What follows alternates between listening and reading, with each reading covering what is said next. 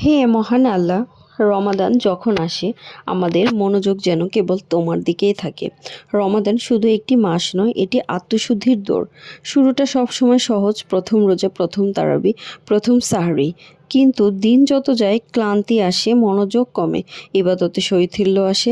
এই দোয়ায় আমরা আল্লাহর কাছে চাইছি ধৈর্য আর চাইছি অটলতা, যাতে শেষ পর্যন্ত আমরা ইবাদতে অবিচল থাকতে পারি। রমাদান আমাদের জন্য একটি সুযোগ নিজেকে বদলানোর, গুনাহ থেকে ফিরে আসার, হৃদয়কে আল্লাহর সাথে দৃঢ়ভাবে যুক্ত করার।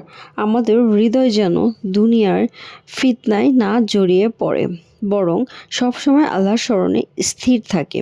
কারণ আমরা জানি আল্লাহ সবসময় আমাদের পাশে আছেন।